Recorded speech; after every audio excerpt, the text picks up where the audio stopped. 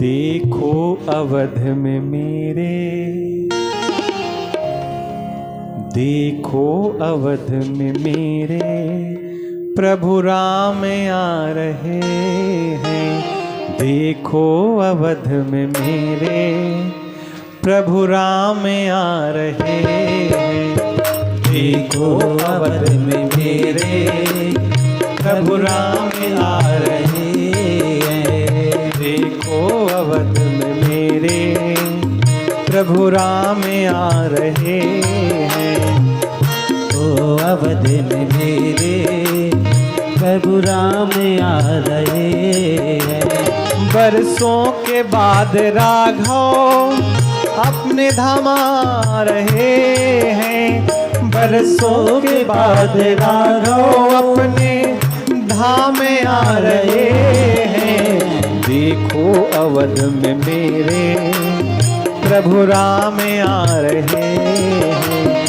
देखो अवध में मेरे प्रभु राम आ रहे हैं।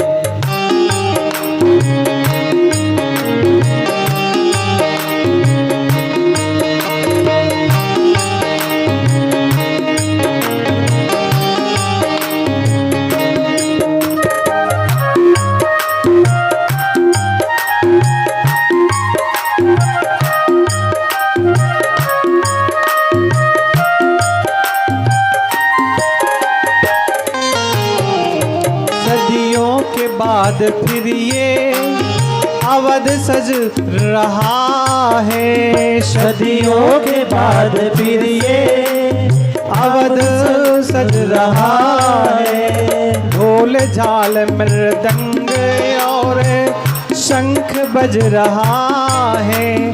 ढोल झाल मृदंग और शंख बज रहा है। संग में लखन सिया जी हनुमान आ रहे हैं। संग में लखन सिया जी हनुमान आ रहे हैं। देखो अवध में मेरे प्रभु राम आ रहे हैं।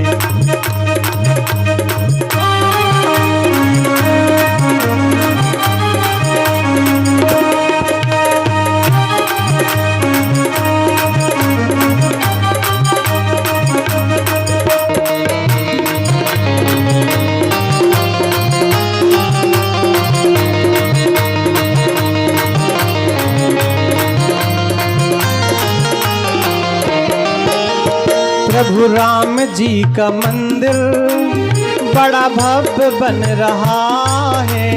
प्रभु राम जी का मंदिर बड़ा भव्य बन रहा है। प्रभु राम जी का मंदिर बड़ा भव्य बन रहा है। प्रभु राम जी का मंदिर बड़ा भव्य बन रहा है। अब हर दिन अवध में दिवाली मन रहा है। अब हर दिन अवध में दिवाली मन रहा है।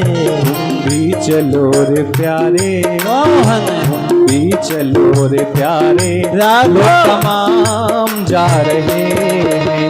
तुम भी चलो रे प्यारे लोग तमाम जा रहे हैं। देखो अवध में मेरे प्रभु राम आ रहे हैं।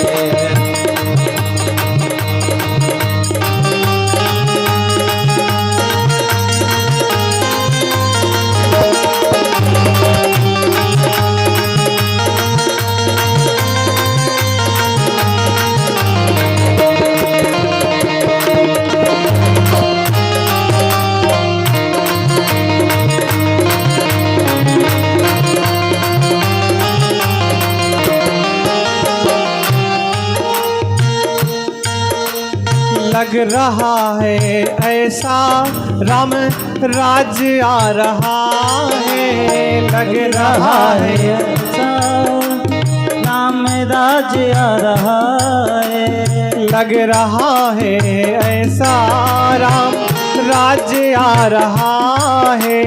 लग रहा है ऐसा राम राज्य आ रहा है। मेरे प्रभु के सर पे ताज आ रहा है। मेरे प्रभु के सर पे ताज आ रहा है। मेरे प्रभु की भक्ति, मेरे प्रभु की भक्ति मेरे काम आ रही है। मेरे प्रभु की भक्ति मेरे काम आ रही है।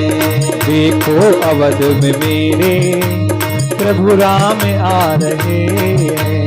देखो अवध में मेरे प्रभु राम आ रहे हैं। देखो अवध में मेरे प्रभु राम आ रहे हैं।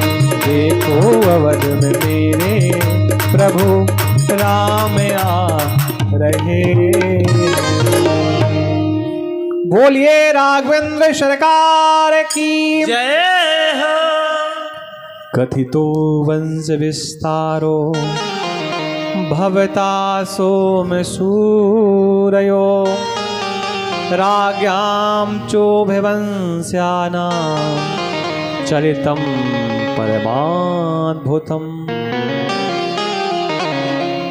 सूर्यवंश की कथा अभी तक श्रवण करा रहे थे सुखदेव मुनि।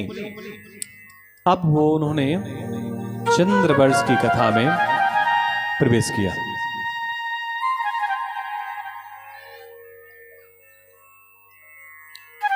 धरती रुदन कर रही थी, रंभा रही थी। सब जगह त्राई त्राई मची हुई थी। देवता परेशान थे, क्या करूं, कहां जाऊं, किसके पास रहूं। ब्रह्मा जी भी परेशान थे, क्या करें, कहां जाएं, किसके पास जाएं। वो सब भगवान को ऐसे ही पुकार रहे थे, तो पीछे से भगवान शंकर जी पहुंच गए। भगवान शंकर ने कहा, भाई आप लोग इतना परेशान क्यों, व्यथित क्यों, किसको पुकार रहे हैं। देवराज ने ब्रह्मा से कहा, आप ही बताओ हमारे रोने का कारण। तब ब्रह्मा ने पूरी बात बताई कि धरती व्यथित है, अस्त व्यस्त है, पाप इतना ज्यादा बढ़ गया है कि राम राम कृष्ण कृष्ण कहना कठिन हो गया है।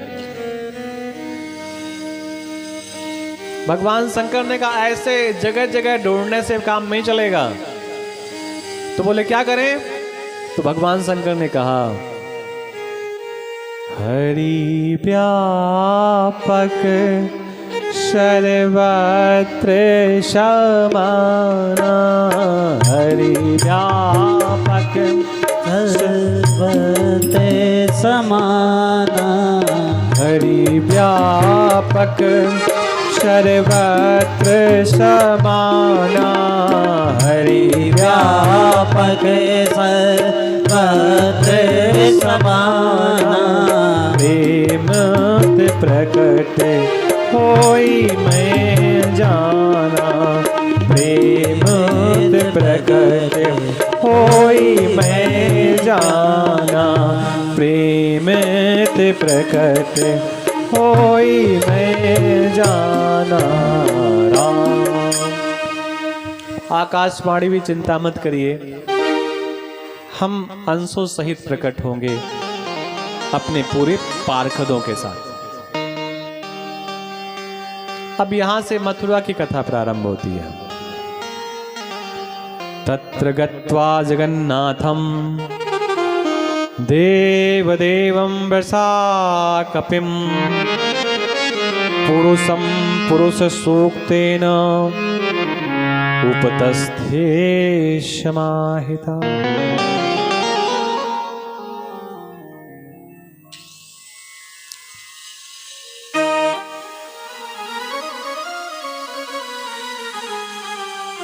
चंद्रवंश में नारायण के नाभि कमल से ब्रह्मा, ब्रह्मा से अत्रि, अत्रि से चंद्रमा, और फिर चंद्रमा के वंश में जो लोग प्रकट हुए हैं, जिनका जन्म हुआ है, उसी को चंद्रवंश कहते हैं।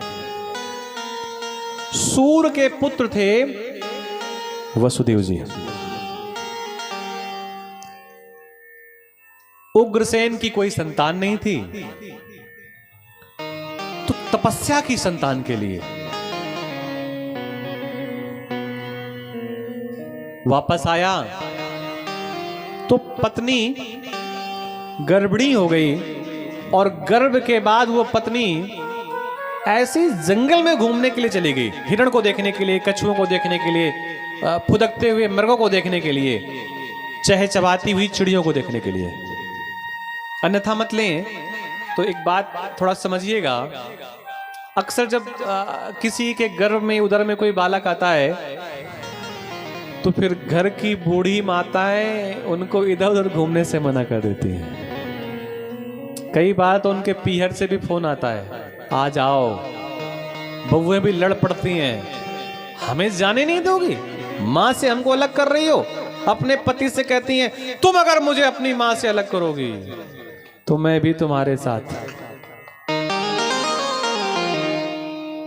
तुमको तुम्हारी मां से अलग कर दूंगी। नाराज हो जाती हैं कई बार बहुएं दादी परदादी सास की बात सुन करके कि बाहर मत जाओ, पता नहीं किसकी छाया पड़ जाए, किसकी क्रूर दृष्टि पड़ जाए, किसकी निगेटिविटी पड़ जाए। अब ये गई, मानी तो बात है नहीं। तो वहां पर एक राक्षस था द्रुमिल नाम का, उसकी छाया पड़ गई किस पे? उग्रसेन की पत्नी पे। और छाया का परिणाम यह हुआ कि कंस आ गया। भाई कल्पना करिए, राम आए हैं तो क्यों आए हैं, कृष्ण आए हैं तो क्यों आए हैं, और कंस आया है तो क्यों आया है। रावण के पिता भी बहुत बड़े श्रेष्ठ महात्मा थे, मां ही सब जोड़ गांठ लगाते थे। अच्छा एक बात और बताएं, बड़ी अच्छी वाली।